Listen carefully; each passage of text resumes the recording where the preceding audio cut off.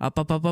Relax. It is not what you think. First of all, congratulations to the Los Angeles Lakers if they won tonight. But congratulations to the Los Angeles Lakers for winning their 17th franchise ring. Clap it up. Congratulations to LeBron for the 4th ring in his illustrious career. That has been a pleasure and an honor to watch and witness.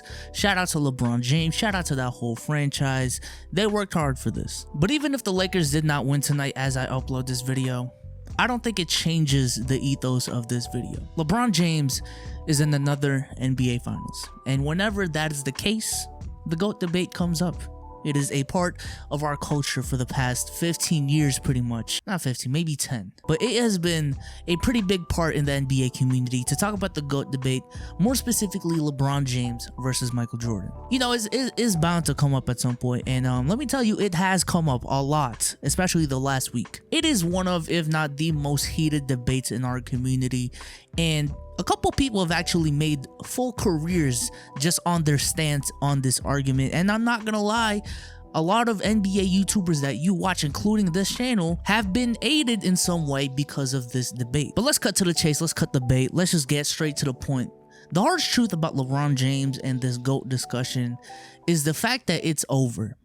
It is over. And it's honestly been over for the last 2 years if we're keeping it a buck. Not in the sense that LeBron James doesn't have a chance to be the GOAT anymore, but also not in the sense that he is already the GOAT and it's a done deal. It is in the sense that a majority of people, right? A majority of people that have talked about this debate have already made up their minds. They've already made up their minds. It doesn't matter what you say, how you say it, who you talk to, when you talk to. There is a small sector of NBA fans who are actually really open-minded about this subject. And today I want to expand on that statement, tell y'all why that really is the case at this point, and why you should probably stop wasting your energy on this GOAT debate. But before we get into that, what is up, everybody? Welcome to another video on the channel, hosted by your boy B Souls, Yajiro B Souls, Russell from Up Souls, Spider-Man's best friend Souls. Hey, shout out to Ned. As I'm recording this, it is actually Jacob Batalon's birthday. You know what I'm saying? So shout out to me. I hope everyone's having a good day. I hope everyone's having a good week. You know what I'm saying? But if you like videos like this, leave a like on the video. It helps support the channel. Subscribe to the channel to keep up to date with my latest uploads. We have been going crazy the past 2 months, and I really do appreciate the support from the bottom of my heart. Shout out to this comment from the last video. The people want a blue windscreen, and I deliver with the blue windscreen. If y'all want to suggest a new color for the next video, leave a comment in the comment section down below. But with that being said, let's get right into this video. Now, the first thing you might be saying is, bro, I know B Souls ain't talking about this. Have you seen his Twitter? It's literally all LeBron and Jordan and GOAT debate type tweets. But if you really look into my Twitter, what you will find is that I honestly don't talk about the GOAT debate specifically that much at all. The one thing that I've really turned this channel into, the one lane that I've really, focused in on the last couple of months that I think has taken this channel to the next level, is just narratives. Simple narratives, right? I'm curious about specific arguments. I'm curious about specific narratives and how certain narratives have changed throughout history, how consistent they are with our perspective and perceptions of other players. That's the one thing that I've truly found that really interests me about the game of basketball. Long story short, I'm more curious about specific takes, specific narratives, specific arguments than I am about the whole GOAT debate in itself. It really is just the case that most of the time, because we are in LeBron's era, because we are in today's time where we're seeing LeBron James play, and we want to be able to say that we're watching the greatest of all time, and people love LeBron because he's the guy right now. You know what I'm saying?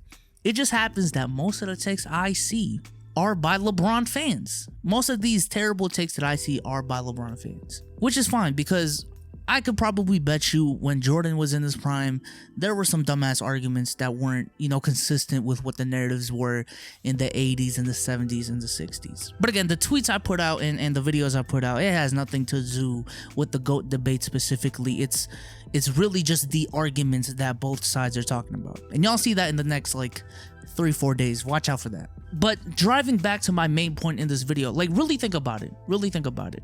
How many people are truly, and I mean truly, open-minded about this GOAT discussion?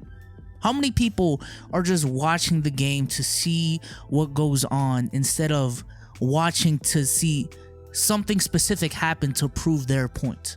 How many people are actually doing that? You know, a lot of people are watching the NBA Finals or did watch the NBA Finals just to see that if LeBron won, that boom, LeBron's the GOAT, blah, blah, blah. And then at the same token, there's a certain section of people that watch the game to see LeBron lose so they can be like, blah, blah, blah. Jordan wouldn't have done this. Jordan is better. Jordan would have, you know, he would have won in this case. Like, you know, there are people like that. Because if we're being completely honest, when you talk to MJ fans, what exactly can LeBron do from now till the end of his career to put LeBron James over Michael Jordan in their eyes?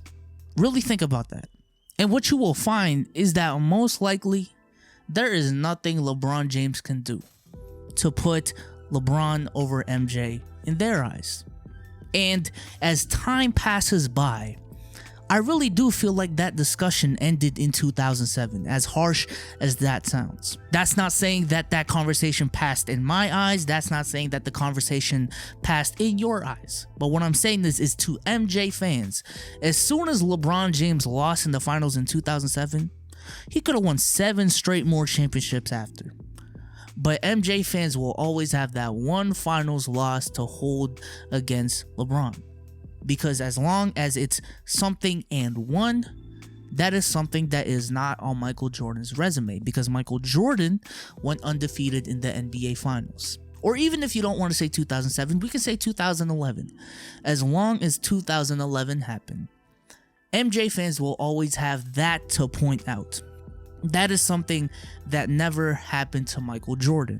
Michael Jordan never choked in the finals to that degree. And MJ fans will always have that in this discussion. And they will probably always bring it up. So in that sense, the GOAT discussion is already an uphill battle as soon as LeBron lost in the NBA Finals. But it also does not help that not only does he have a loss in the finals that MJ doesn't have, but he also has a losing record. Now again, when I say that, I'm not saying I agree with that statement, right? What I'm saying is to MJ fans, nothing LeBron can do will erase those finals losses from his resume. And as long as he has those finals losses on his resume, then MJ will have an argument. Or even if you don't want to bring up finals records, you can talk about LeBron James just leaving Cleveland in the first place. That is something Michael Jordan never did. And as long as that happens, it's going to be really hard to convince an MJ fan that LeBron James is greater than their guy. And I'll get into this more 2 videos from this video, but really ask yourself, what can LeBron James do that will really change Skip Bayless's opinion on him? Like, really think about that. Like, think about the MJ fan in your head that really loves MJ. What can LeBron James do to really shift that conversation at this point in his career? The answer most likely is nothing. Now let's talk about the opposite side of the spectrum, because LeBron James fans are honestly the same way. They're honestly the same way. At this point, if you think LeBron is the GOAT, nothing that can happen from here on out will change that opinion. As long as 2016 is on LeBron's resume, which is arguably the biggest argument for LeBron being the greatest of all time, then there is nothing you can do to change those people's minds. Because the fact is, Michael Jordan never beat a 73-9 team in the NBA Finals. The fact is, Michael Jordan never faced a team as good as those Warriors in the finals. That's just a fact. And not only did LeBron beat that team, he came back from 3-1 and delivered Cleveland its first and only ring in franchise history, and led both teams in every major statistical category. And as far as totals and longevity, if that is your argument for LeBron being the greatest of all time, that's not going to change from here on out. It only gets better from here, because the level of consistency LeBron James has shown throughout his career, from the day he came into the league to year 17, that is one of the most impressive accomplishments in the history of the game. in the history of the game. This man has been averaging 25, 27 a game since his second year in the league consistently. Not only that, but 25, 7 and 7 consistently, year in and year out, efficiently. Like, it's insane. It's insane. LeBron fans are really right when they say that 17 years into MJ's career, he was not this good. He wasn't. Or at least at this stage in his career, he didn't look like he had 3 to 4 years left of prime time basketball, MVP level basketball in him. Again, as long as that is the case, when you really think about it, there's not much LeBron can do that will shift the conversation from one end to another. What I'm getting at here is that the argument for these two, it's set in stone. It's set in stone. There is nothing that can happen from here on out that will change LeBron Stan's opinions is.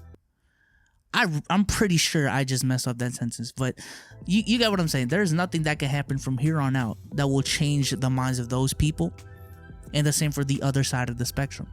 Like, there is nothing LeBron can do that'll change Nick Wright's mind. There's nothing LeBron can do that'll change Skip Bayless's mind, that'll change Shannon's mind, that'll change Stephen A's mind. I think we're really at the point where it is arguable, right? Because if it wasn't, then we wouldn't be having these debates. And I'm not gonna lie, these debates are more entertaining than whatever the debate was for Kobe. But I objectively think that we've gotten to a point where I don't think LeBron will ever be the consensus GOAT like the way MJ has been for the last 15 years. Because as long as there's a guy with 6 rings, 6 finals MVPs, 5 MVPs, a defensive player of the year, 10 scoring titles, the impact that Jordan had on the game with no losses in the NBA finals, I think as long as that is the case, as long as no one pound for pound matches that resume, I don't think there will ever be a consensus GOAT the way Michael Jordan has been, because that career is just, it's really close to being perfect if we're just keeping it a buck. It's really close. Now, the question you might be asking is, B-Souls, where do you lie? Where do you lie in this debate? And I'm not the person that looks at one specific stat. You know what I'm saying? I'm not the person that looks at one arbitrary argument to rank players all time. I really do try my best to look at the body of work, the impact of the player, the era the player was in, the dominance of that player, the skill set. I really try to look at, when I say all around careers, I really do try my best to look at that. I think, to me, if by the end of LeBron's career he has 5, 6 rings, I will be much more open to him being the GOAT than his resume stands right now. He doesn't even have to get the finals MVPs in those championships, just be a really good player in those championships. And if he does get to that point, we're talking about a career whose longevity and consistency is just unmatched, period. We're talking about a career who, rings-wise, is up there with the Kareems, the Magics, and the Jordans, truly speaking. And I think at that point, while the finals losses will still be losses, if you see 5 and 6 or 6 and 6 as LeBron's record, it's not gonna be as bad as looking at it right now when it's 3 and 6 or 4 and 6. I think at that point, when he gets 5 or 6 rings, they're really gonna count as appearances more than losses and will aid his argument more than it does hurt it, if that makes sense.